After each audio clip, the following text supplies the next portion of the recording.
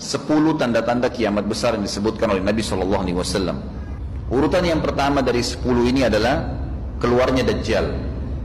Ini urutan pertama.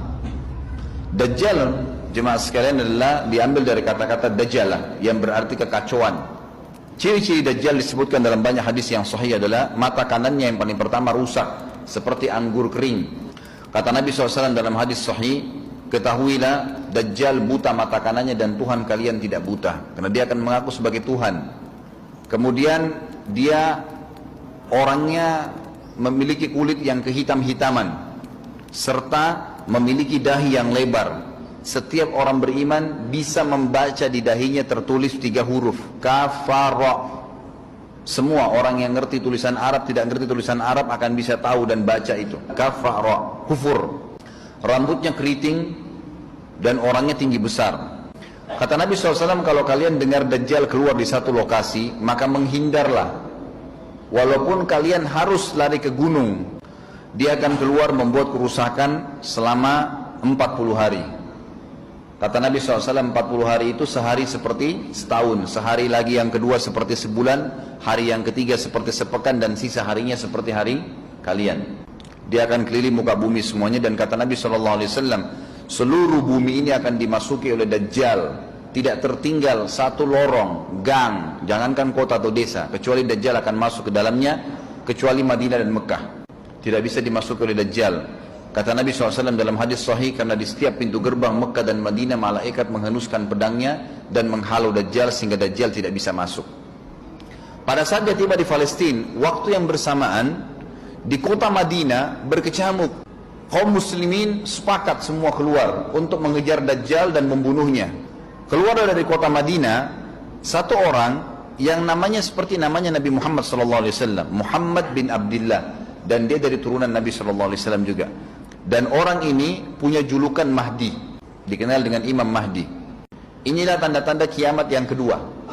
Pada saat dia tiba di Mekah, dibaiatlah oleh banyak kaum muslimin, tidak disebutkan jumlah pasukannya, maka terbentuklah pasukan jihad yang mengejar Dajjal menuju ke Palestina. Lalu keluar tanda-tanda kiamat 3, langsung berentetan semua. Tanda-tanda kiamat besar yang ketiga adalah pada saat pasukan Imam Mahdi dengan pasukan jihad itu tiba di Darul Baydha namanya. Hadis menyebutkan di menara itulah, di masjid itulah Imam Mahdi mampir sholat asar bersama pasukannya. Dikatakan Isa alaihissalam akan turun sambil memegang kedua sayapnya malaikat, dan dari rambutnya yang basah meneteskan air. Maka dia pun turun, lalu kemudian dia masuk, dan orang-orang pada saat itu mengenalnya kalau dia adalah Isa, dan mereka sudah tahu ini masanya keluarnya Dajjal, ini Mahdi sudah ada.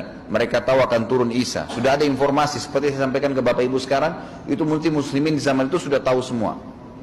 Sholatlah mereka, kemudian mereka menuju ke Palestina. Ringkas cerita adalah Nabi Isa alaihissalam akhirnya tiba dengan pasukan mujahidin di depan pintu gerbang Babulut. Dajjal mengatakan, bukakan pintu gerbang. Mereka tidak akan mampu melawan kita karena pasukannya mereka banyak memang. Maka Dajjal dengan sombongnya menunggu di depan pintu gerbang. Pada saat dibuka, Dajjal kaget melihat ada Isa alaihissalam. Dan pada saat itu kata Nabi SAW, Dajjal faham kalau sudah tiba ajalnya. Begitu melihat Isa alaihissalam, dia lari dan badannya sambil meleleh di depan para pengikutnya. Pada saat Dajjal mati, pengikutnya pada ketakutan semua. Mereka anggap Dajjal Tuhan, mereka anggap Dajjal orang yang perkasa lah, orang yang kebal lah, beragam macam kelebihan. Mereka kaget pada saat mati, maka bertebaranlah mereka dan akhirnya mereka sembunyi di bawah pohon dan di atas batu. Kemudian batu dan pohon akan memberikan penjelasan, hai muslim ini Yahudi, bunuhlah. Maka dibunuhlah pada saat itu mereka.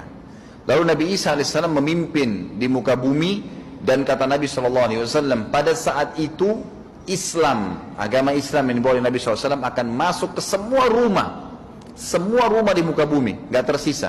Satu dunia ini semuanya Islam. Hadis sahih. Maka Nabi Isa AS memimpin pada saat itu, disebutkan dalam hadis 40 tahun dengan ketenangan, menerapkan hukum Islam. Semuanya beriman kepada Allah Subhanahu wa ta'ala dan menjadi muslim. Setelah itu keluar tanda-tanda hari kiamat besar yang keempat, yaitu keluarnya Ya'juj dan Ma'juj. Kemudian setelah itu Isa AS memimpin lagi di muka bumi sampai beliau meninggal. Setelah Isa AS meninggal, kembali lagi sebagian besar manusia berbuat kekufuran. maka Allah subhanahu wa ta'ala keluarkan tanda-tanda kiamat besar yang kelima. Yang kelima ini adalah keluarnya hewan atau binatang melata. Binatang melata ini disebutkan dalam hadis yang sahih riwayat Bukhari, bahwasanya Allah SWT akan keluarkan, tapi tidak disebutkan dari bumi mana dia keluar. Dia akan keluar hewan melata yang bisa berbicara seperti manusia dan badannya dipenuhi dengan bulu. Allahu a'lam bagaimana. Kemudian dia datangi orang-orang yang kufur tersebut dan menasihatin dan mengingatkan mereka. Yang tidak mau beriman, dalam hadis dikatakan dicap oleh hewan tersebut. Allahu a'lam dicap seperti apa, sehingga ketahuan mana yang kafir, mana yang beriman. Terus dia keliling di muka bumi, tapi tidak disebutkan berapa lama. Lalu kemudian Allah lenyapkan si dabbah ini. Kemudian datang tanda-tanda kiamat yang ke-6. Tanda-tanda kiamat yang ke-6, 6, 7, 8. Itu berentetan semua. Longsor besar di timur, di barat, dan di Jazirah Arab. Ini tanda-tanda kiamat terjadi serentak. Sudah 8. Kemudian terjadi yang ke-9, keluarnya api dari negeri atau dari kota Aden. Kota Aden ini di Yaman ya.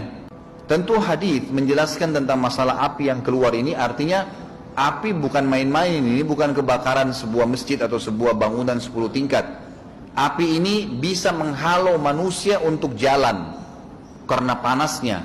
Sebagian riwayat menjelaskan api tersebut akan berdiri seperti gunung yang besar dan dari seluruh pelosok dunia bisa kelihatan. Kita bisa bayangkan bagaimana itu. Yang akhirnya akan menggiring atau menghalangi orang-orang untuk jalan, susah. Sebagian ulama hadis mengatakan mereka nggak bisa jalan, tidak bisa ada penerbangan, tidak bisa ada orang jalan karena panasnya bumi ini dari api tersebut. Dan itu memang kemungkinan besar akan keluar satu waktu, Allahu a'lam kapan. Dan yang terakhir, tanda-tanda kiamat sebelum ditiup sangkakala adalah terbitnya matahari dari tempat terbenamnya. Dan ini sudah terakhir sekali. Makanya kata Nabi SAW, taubat akan diterima sebelum matahari terbit dari tempat terbenamnya.